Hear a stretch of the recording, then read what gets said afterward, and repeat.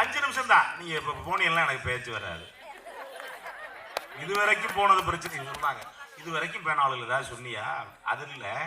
இப்போ போனால் எனக்கு பேச்சு வராது. நானும் அறுத்து கொள்ள மாட்டேன். அதில் உறுதியாக இருங்க. நான் எப்போவுமே அரை மணி நேரம் தீர்ப்பு சொல்கிற ஆள் கிடையாது. அவ்வளவு சொல்லி இப்போ ஒன்றும் மாற போகிறது கிடையாது. என்ன மாதிரி என்ன பண்ண போகுது?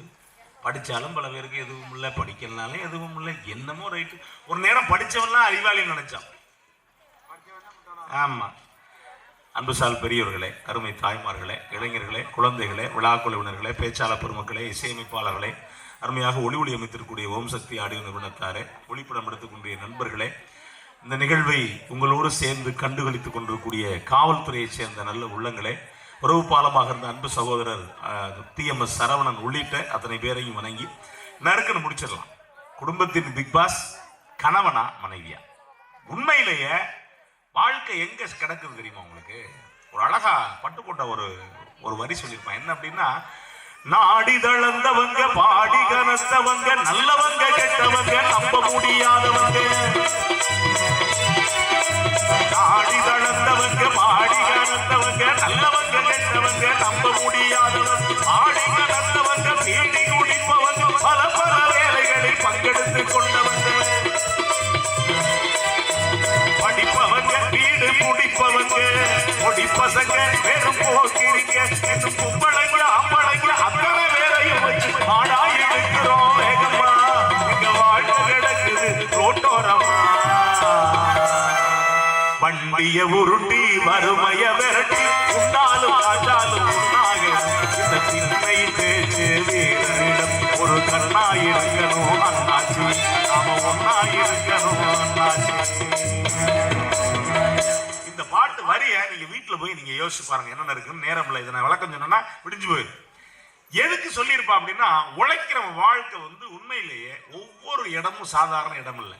கடலுக்கு போயிட்டு ஒரு மனுஷன் திரும்பி வர்றதுங்கிறது துயரத்திலேயே துயரம். மண்ணோட போராடலாம், மனுஷனோட போராடலாம், விலங்கோட போராடலாம். இந்த நிலத்துல 3 பங்கா இருக்கக்கூடிய கடலோட போராடுறதுங்கிறது அவ்வளவு சர்வசாதாரணம் இல்லை. அதுக்குள்ள ஒரு அழகான ஒரு பாட்டு கொடுத்துப்பாரு செம்பருத்தி படத்துல. கடலிலே தனிமையில் போனாலும் கண்மணி உன் நினைப்பில் களைப்பாருவே. எண்ணத்தை சொல்ல நடுஆழில் அன்ன பறவையை நான் எங்கு தேடுவேன். அடியே அமுதே வருந்தாதே.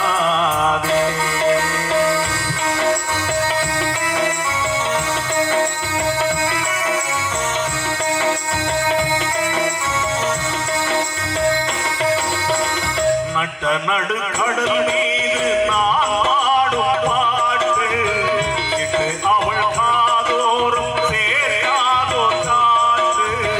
நித்தம் உன்னை காணாது நெஞ்சில் இமை தோணாது சித்திரமே செப்பு ரதமே.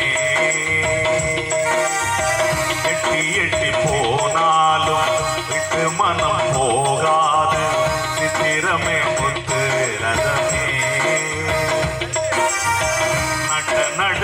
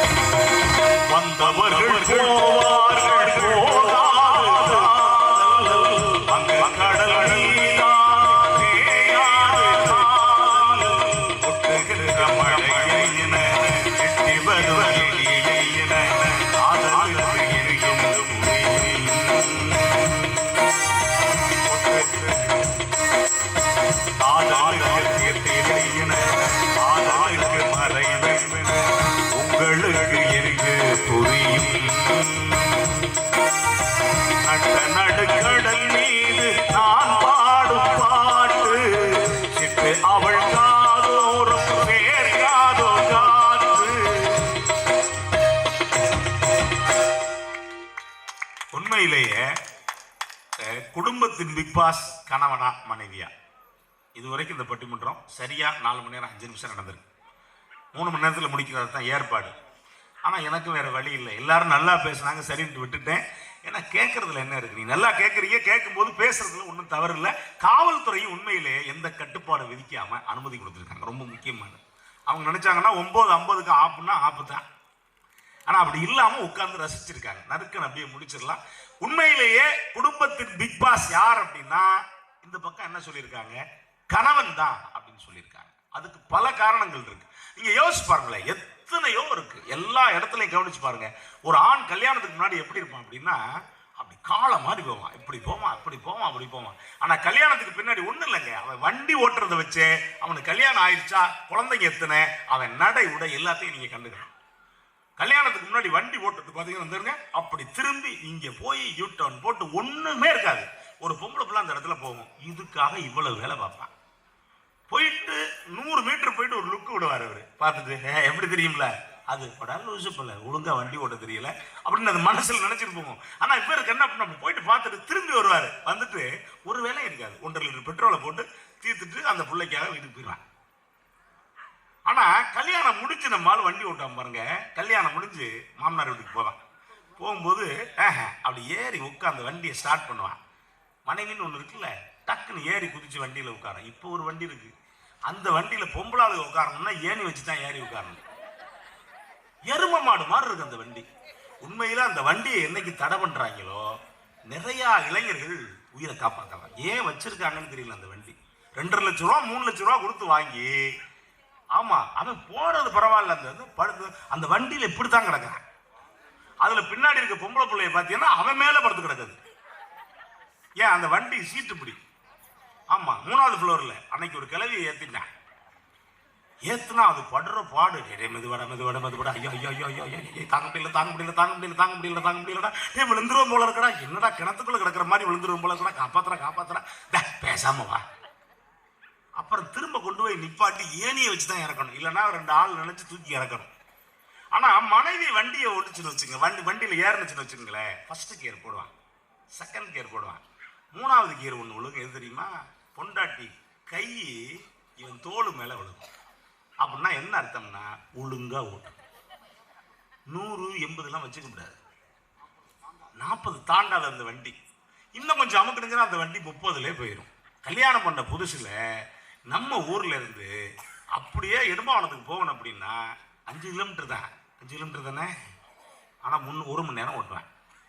அதே ஒரு குழந்தை பிறந்துச்சுன்னு வச்சுக்கங்களேன், பிள்ளைய முன்னாடி உட்கார வச்சுட்டான்னு வச்சுக்கங்களேன், பார்த்துட்டு முன்னாடி 1 இப்போ 2, இன்னும் கொஞ்சம் ஸ்பீடு குறைஞ்சிடும். 2 குழந்தை ஆயிடுச்சுன்னு வச்சுக்கங்களேன், இந்த பையலை கேட்பா, எப்பா உனக்கு வண்டி ஓட்ட தெரியாதாப்பா, இவ்வளவு மெதுவா ஓட்டுற? அந்த அம்மா சொல்லு, மொப்ப வண்டி ஓட்டுறதும் சைக்கிள் ஓட்டுறது ஒண்ணுதான்டா, இதுதான் இதுக்கு முன்னாடி வேகமா ஓட்டாதுன்றான். இவன் பழகிடுவான். என்ன காரணம்னா நம்மளை நம்பி முன்னாடி வெறும்பையில இருந்தோம், நம்மளை நம்பி இன்னைக்கு 3 உசுறு இருக்கு. இந்த 3 உசுருக்கு நம்ம தான் பொறுப்பு அப்படிங்கிற ஒரு கணக்குல தான் ஒரு ஆம்பளை எப்படியோ இருந்தவங்க திருமணத்துக்கு பின்னாடி அவ்வளவு மெதுவா அவ்வளவு கணக்கா இருப்பான். அவ சொன்னாங்க தெரியுமா, எத்தனை ஆண்கள் தெரியும் நீ கல்யாணத்துக்கு பிறகு யோசிச்சு பாருங்களேன், துணி முழங்காலுக்கு மேல கட்டுவான் பார்த்துருக்கீங்களா? ஒரு சில பேர் முழங்காலுக்கு கீழே கட்டுவான், கரெக்டு காலுக்கு மேல கட்டுவான். ஒரு சில பேர் இருப்பாங்க, இவனுக்கெல்லாம் வேட்டி கட்ட தெரியாதுற, ஒரு ஆம்பளை வேணா, இவன் கிண்டல் பண்ணிட்டு. ஆனா உண்மை என்ன தெரியுமா, அந்த யாந்த ஆம்பளை எல்லாம் கரெக்டு காலுக்கு மேல வேட்டி கட்டுறானோ அவெல்லாம் அவனா துவைச்சு அவனா கட்டினான்னு இருப்பான். ஏன் அப்படின்னா, எதுக்கு தேவையில்லாம செலவிக்கு போட்டு 40 ரூபா இங்கே போய் வச்சு தேவையில்லாம. அப்ப ஏன் 40 ரூபா செலவிக்கு போடாம தான் துவைக்கிறான் அப்படின்னா, அந்த காசை வச்சு அந்த குடும்பத்தை காப்பாற்றலாம் அப்படிங்கிற ஒரு கணக்கு தான். நீ ஆண்களுடைய உழைப்பு அவ்வளவு சர்வசாதாரணம் நினைக்கிறீங்களா? நீங்க எத்தனை பேர் ராணுவத்துக்கு போயிட்டு திரும்பி வராதவ எத்தனை பேர்? ஒரு மருத்துவர், எனக்கு உண்மையிலே மறக்க முடியாது, ஒரு இப்போ வரைக்கும் அந்த நிகழ்வு நான் கண்ணில் பார்த்தது. சென்னைக்கு போயிட்டு வர்றேன், போயிட்டு வந்தா எஸ்சிடிசி பஸ்ஸில் நான் முன்னாடி சீட்டில் உட்காந்துருக்கேன். சீட் இல்லை, கண்டக்டர் சீட்டில் உட்காந்துருக்கேன். கண்டக்டர் பின்னாடி படுத்திருக்காரு. இது கண்டக்டர் படுத்திருக்காரு, டிரைவர் கிடையாது, ஒரே டிரைவர். மனுஷன் ஓட்டிட்டு வர்றாரு. ஒரு 2 நாள் டியூட்டி போல இருக்கு. தூக்கம் ஒன்றும் பண்ண முடியல. சென்னை ரோடு எப்படி இருக்குன்னு உங்களுக்கு தெரியும். அவர் தூக்கம் வருது, ஒன்றும் பண்ண முடியல. டீ குடிக்கிறாரு, இறங்கி பாக்கு போடுறாரு, மூஞ்சியை கழுவுறாரு, பவுடர் அடிக்கிறாரு, என்ன பண்ணாலும் தூக்கம் வரும். இருக்கத்துல உங்களுக்கு ரொம்ப மோசமானது என்ன தூக்கம். ஏன்னா கண்ணை முடிச்சுக்கிட்டு இருக்கும், மூளை தூங்கிடும். ஆமா, அம்மாவும் வண்டி ஓட்டிக்கிட்டே இருக்காரு, நானும் பக்கத்திலே பார்த்துக்கிட்டே இருக்கேன். திடீர்னு என்ன பண்ணாரு, ஒத்த கையில வண்டியை ஓட்டிக்கிட்டு இன்னொரு கையில இந்த விரலை எடுத்து வச்சு கடிச்சார். என்ன சார் செய்றீங்க, என்ன சார் செய்றீங்க அப்படின்னு கேட்டேன். டக்குன்னு பார்த்தா அந்த மனுஷன் சொன்னாரு, வேணா வண்டி இழுக்க போகுது, என்ன செய்யறதுன்னு தெரியல. அப்ப சொன்னாரு, சார் 2 நாளாச்சு தூங்கி, தூக்கம் ஒன்றும் பண்ண முடியல. வண்டியை நிப்பாட்டிட்டு லாரியா இருந்தா படுத்துடலாம், பஸ்ஸை நிப்பாட்டிட்டு படுக்க முடியாது சார். என்னை நம்பி இந்த வண்டியில 40 உசுர் இருக்கு அப்படின்னா வீட்டில் 4 உசுர் இருக்கு சார். கடிச்சா பரவாயில்ல சார், வாழ்க்கை ரொம்ப முக்கியம் சார் அப்படின்னாரு. இது மாதிரி எத்தனை பேர் ஆண்கள், உழைக்கிற ஆண்கள் இருக்காங்க தெரியுமா? நீங்க ஒரு பெரிய லிஸ்டே போட முடியும். எனக்கு தெரிஞ்சு கல்யாணம் ஆகி 3 மாசையில லயன்மேன் கரண்ட் கம்பத்தில் ஏறி அடிபட்ட பேர் எத்தனை பேர் இருக்காங்க தெரியுமா? லிஸ்ட் சொல்ல முடியும் உங்களுக்கு. இப்ப மட்டும் இல்லைங்க, காலங்காலமா போர்ல எந்த பெண்கள் ஈடுபட்டீங்க? எந்த பெண்கள் ஈடுபட்டீங்க? நீங்க தீ பத்திரப்ப கூட என்ன சொல்றா அப்படின்னா, பெண்களையும் விட்டுட்டு தீ பத்த வைக்கங்கிறா. யாரு? கண்ணகி. ஆமா, பெண்கள், குழந்தைகள், பார்ப்பனர்கள், பசுமாடு, இதையெல்லாம் விட்டு விட்டு தீ பற்றுக அப்படிங்கிறா. பெண்கள் போருக்கு போய் இறந்தது செய்தி உண்டா? லட்சத்துல ஒரு பெண். ஆனா ஆண்கள் அப்படி கிடையாது. அன்னைக்கும் போருக்கு போனா, இன்னைக்கும் பாருக்கு போனா, ஒரு சில பேர் பாருக்கு போறான். ஆகவே எந்த வகையில் பார்த்தாலும் இவ்வளவு சிரமப்பட்டு உயிரை விட்டு இந்த குடும்பத்தை காப்பாற்றுகிற பொறுப்பு பிக் பாஸாக ஆண்களே ஆண்களே ஆண்களே என்று சொல்லி தந்த வாய்ப்புக்கு நன்றி காராட்டி விடைபெறுகிறேன். ஒரு நிமிஷம் காலை உதறிக்க.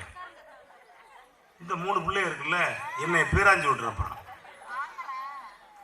நீ எல்லாம் ஒரு மனுஷன், ஒரு பக்கமா தீர்ப்பு சொல்லிட்டு போற. வெள்ளைக்காரன் கூட விசாரிச்சு தண்டனை கொடுக்க, நீ பாட்டுக்கு சொல்லிட்டு போறான்னு கேட்பாங்கல்ல. சரி கேட்டுட்டே போவோங்கிறாங்க. ஒன்றும் இல்லை, 2 நிமிஷத்துல முடிச்சிடலாம். ஆனா இன்னொரு பக்கம் இருக்குல்ல, பெண்கள் எப்படிப்பட்டவங்க? பெண்கள் எப்படிப்பட்டவங்க அப்படின்னா, ஆண்களுடைய உழைப்பு அபரிமிதமானது. பெண்களுடைய உழைப்பு எப்படிப்பட்டது? நான் முதல்ல சொன்னேன்ல, தசாவதானிகள் 10 வேலைகள் பார்ப்பாங்க ஒரு பக்கம்.